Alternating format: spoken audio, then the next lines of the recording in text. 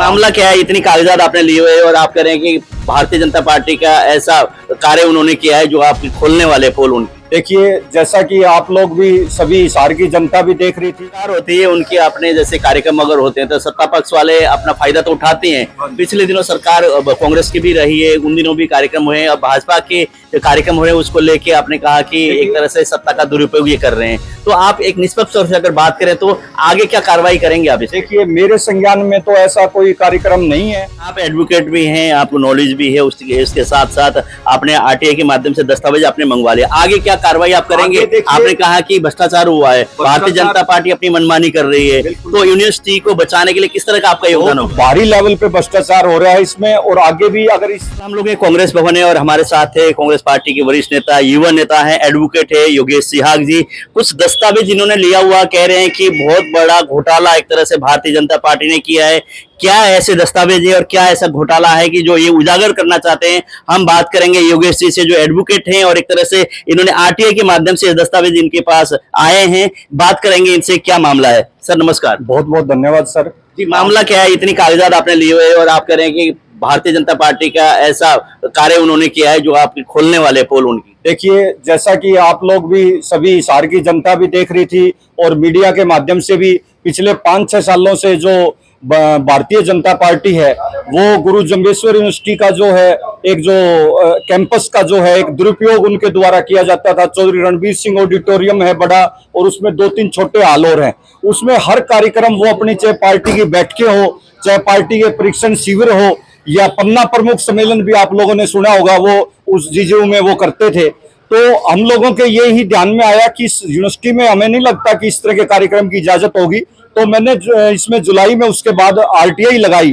तो उन्होंने 1-2 बार तो गोलमोल किया, जवाब नहीं दिया। लास्ट में जब सारी डिटेल आई है मेरे पास, उसमें क्लियर ये इंस्ट्रक्शन है कि एक तो जो इसकी फीस है ऑडिटोरियम की विद जीएसटी 1,59,000 रुपए है प्रत्येक व्यक्ति के लिए। लेकिन फीस का सवाल बाद में उठता है। इनकी जो नियम कहते हैं 20 नंबर जो कंडीशन है उसमें क्लियर ये मेंशन किया हुआ है कि किसी भी पार्टी को इजाजत नहीं है यूनिवर्सिटी कैंपस के अंदर कार्यक्रम करने की। कोई भी पॉलिटिकल पार्टी इसमें नहीं कर सकती। उसके बावजूद इन्होंने वहां यूनिवर्सिटी कैंपस में भाजपा के झंडे डंडे लगाए, और जब मुख्यमंत्री जी कार्यक्रमों में आते हैं तो स्टूडेंट्स का कार्य बाधित होता है, उनकी पढ़ाई डिस्टर्ब होती है, उन्हें जाने से रोक दिया जाता है पुलिस के द्वारा। बहुत बार ये चीजें अखबारों में भी आई है। तो उसके साथ साथ इनके द्वारा इतना बड़ा जो पिछले टाइम से दुरुपयोग किया जा रहा था सरकारी मशीनरी का, सत्ता का, और एक जो शिक्षा का भगवाकरण किया जा रहा है, तो मैं उसको इसके लिए जो इस आरटीआई के माध्यम से ये आज खुलासा कर रहा हूं कि इन्होंने जो पिछले कई दिनों से आधे से ज्यादा कार्यक्रम तो ऐसे आयोजित किए हैं जिसमें इन्होंने 1 रुपया फीस नहीं दी, और आधे से ज्यादा कार्यक्रमों में 50% लेस करके पैसे जमा करवाए गए हैं। 50% लेस की इजाजत केवल एनजीओज को, सरकारी सेमी गवर्नमेंट ऑर्गेनाइजेशन है, या गवर्नमेंट का खुद कार्यक्रम हो, कोई सरकारी कार्यक्रम हो, या जो एडिड कॉलेज है, स्कूल है प्राइवेट, उनको 50% छूट दी जाती है। ये इनके, मैं नहीं बोल रहा, ये नियम बोल रहे हैं। और उसके बावजूद भी इन लोगों ने, जो आपने देखा होगा मैं कि इतने कार्यक्रम यहाँ आयोजित करे हैं, पैसे का और जो गबन किया है उसके लिए इनके ऊपर मुकदमा भी बनता है, 166A में कार्रवाई बनती है, और जो जितने जो आप जो 409 और जो आईपीसी की धारा है 217, 218, 19 उनके तहत इनके खिलाफ 166A इनके खिलाफ कार्रवाई होनी चाहिए। सरकार होती है उनके अपने जैसे कार्यक्रम अगर होते हैं तो सत्ता पक्ष वाले अपना फायदा तो उठाते हैं। पिछले दिनों सरकार कांग्रेस की भी रही है, उन दिनों भी कार्यक्रम हुए, अब भाजपा के कार्यक्रम हो रहे हैं, उसको लेके आपने कहा कि एक तरह से सत्ता का दुरुपयोग ये कर रहे हैं। तो आप एक निष्पक्ष तौर से अगर बात करें तो आगे क्या कार्रवाई करेंगे आप? देखिए, मेरे संज्ञान में तो ऐसा कोई कार्यक्रम नहीं है कि जो कांग्रेस पार्टी का वहां इस तरह का ऑफिशियल जो सम्मेलन या कोई कार्यक्रम हुआ हो। अगर कोई हुआ है तो उसकी भी जांच हो जाए। हम कहते हैं कि इसकी आप 15 सालों की जांच करवा लो। जो दोषी है, मुख्यमंत्री जी से मैं आज खुद स्वयं वो हिसार में है, इसकी निष्पक्ष जांच करवाए किसी एजेंसी के द्वारा। जो पैसे का, ये देखिए भारतीय जनता पार्टी के लेटर हेड पे जिला अध्यक्ष रिकमेंडेशन करते हैं और ये लिखते हैं कि भाई हमें ये उपलब्ध करवाया जाए ऑडिटोरियम। ये अगर दुरुपयोग नहीं है, एक तरफ तो सरकार ये कहती है कि यूनिवर्सिटी अपने खर्चे पे स्वयं चलाएं, उन्हें ग्रांट देने का भी ना देने का भी लेटर जारी किया गया था, जो भारी विरोध के बाद वो वापस लेना पड़ा। और दूसरी तरफ जो सरकार के जो यूनिवर्सिटी के जो पैसे हैं, जो जनता के पैसे हैं, उसका दुरुपयोग कर रही है। अपने कार्यक्रम सत्ता में होते हुए मुफ्त में करती है और नियम जो कहता है उसके विपरीत चलती है। तो आप एडवोकेट भी हैं, आपको नॉलेज भी है, इसके साथ साथ आपने आरटीआई के माध्यम से दस्तावेज आपने मंगवा लिया, आगे क्या कार्रवाई आप करेंगे? आपने कहा कि भ्रष्टाचार हुआ है, भारतीय जनता पार्टी अपनी मनमानी कर रही है, तो यूनिवर्सिटी को बचाने के लिए किस तरह का आपका योगदान होगा? भारी लेवल पे भ्रष्टाचार हो रहा है इसमें, और आगे भी अगर इस तरह का ये कदम नहीं रोकेंगे और पिछली रिकवरी नहीं करेंगे तो हम इसको लेकर कोर्ट में केस दायर करेंगे। और जो हमारी जो पार्टी की आगे में अगर इस तरह कार्यक्रम होंगे तो हम इसका रोड पर भी इसका विरोध करेंगे।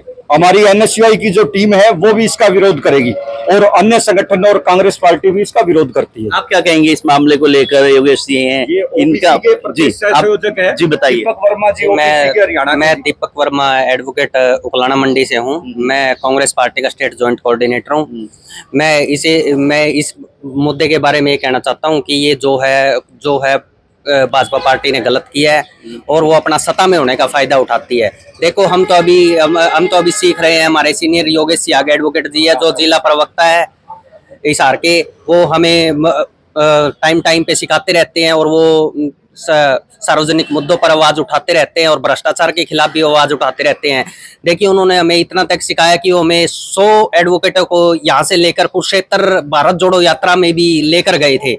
वो हमें राहुल गांधी जी के साथ एक सीमा तक लेकर गए थे योगेश सिहाग एडवोकेट जी। तो योगेश जी ने ये कदम उठाया, आप सही मानते हैं? हाँ जी, बिल्कुल सही मानते हैं, क्योंकि हमारे सीनियर एडवोकेट योगेश सिहाग जी टाइम पर ही ऐसे मुद्दे उठाते रहते हैं और इसकी जांच तय तक होनी चाहिए। सर आप क्या कहें? सीनियर कांग्रेस पार्टी के नेता हैं, योगेश जी ने ये मुद्दा उठाया, युवा हैं, पढ़े लिखे हैं, एडवोकेट हैं, और जो एक तरह से भारतीय जनता पार्टी मनमानी कर रही है, अपना फायदा उठा रही है सत्ता में होते हुए, एक सरकारी डिपार्टमेंट के यूनिवर्सिटी के ऑडिटोरियम को यूज कर रही है बिना पैसे दिए, क्या कहेंगे आप? मैं कहता हूँ ये इनका बहुत अच्छा कदम है और बहुत सही कदम है।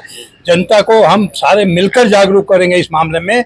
वहाँ किसी भी संस्थान में ना कभी हुआ है, सिवाय बीजेपी पार्टी प्रोग्राम कर रही है।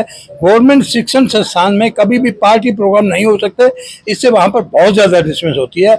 तो ये एक ऑफेंस है जिससे उनको सज़ा भी हो सकती है, तो ऐसा काम नहीं होना चाहिए। योगेश जी का ये कदम सराहनीय है। हमारे प्रवक्ता भी है योगेश जी और हम इनके साथ हैं। जी आप क्या कहेंगे? एडवोकेट होने के नाते जो कदम उठा रहे हैं योगेश जी, क्या आगे तक लड़ाई लड़ेंगे या खाली मीडिया तक सीमित रहने वाला है? लड़ाई आगे तक जाएगी, ये कोर्ट में जाएगी। नैतिकता ये कहती है कि मुख्यमंत्री यहाँ पर है, उसने आगे से ऐसा सिस्टम नहीं करना चाहिए। रही बात दूसरी, ये तो जो हुआ है इस पे तो आपराधिक मुकदमा दर्ज होना चाहिए, जिसमें 166A, 406, 409, 120B, 217, 218, 219 ये धारा इन पर लगती है। सरकारी पद का दुरुपयोग करना, पैसे का मिसयूज करना, एक्सचेकर करना, सरकार को लगाना।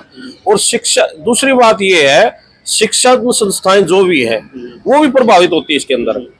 इसलिए इस मुद्दे को यदि मान ले सरकार अपने लेवल पे संज्ञान लेती, इंक्वायरी करवाती तो ठीक है, नहीं तो कोर्ट के अंदर इस्तासा किया जाएगा। कोर्ट के अंदर इस्तासा किया जाएगा और एक तरह से लड़ाई आगे लड़ा जाएगा, इस तरह का कहना है। भारतीय जनता पार्टी अपनी मनमानी कर रही है। गुरु जम्बेश्वर यूनिवर्सिटी के ऑडिटोरियम को अपने कार्यक्रम के लिए, पार्टी के जिस तरह कोई भी फंक्शन है उसके लिए यूज करती है बिना पैसे दिए, उसको लेके ऑब्जेक्शन उठाया है और आरटीआई के माध्यम से डॉक्यूमेंट्स मंगवा के दस्तावेज इन्होंने पेश भी किया है। देखते हैं इसमें होगा क्या, आगे लड़ाई लड़ेंगे किस तरह से रहेगा और इसका भारतीय जनता पार्टी के ऊपर कितना असर पड़ेगा। आज की एक तरह से मीडिया से रूबरू हैं, बातचीत किए, देखने वाली बात होगी।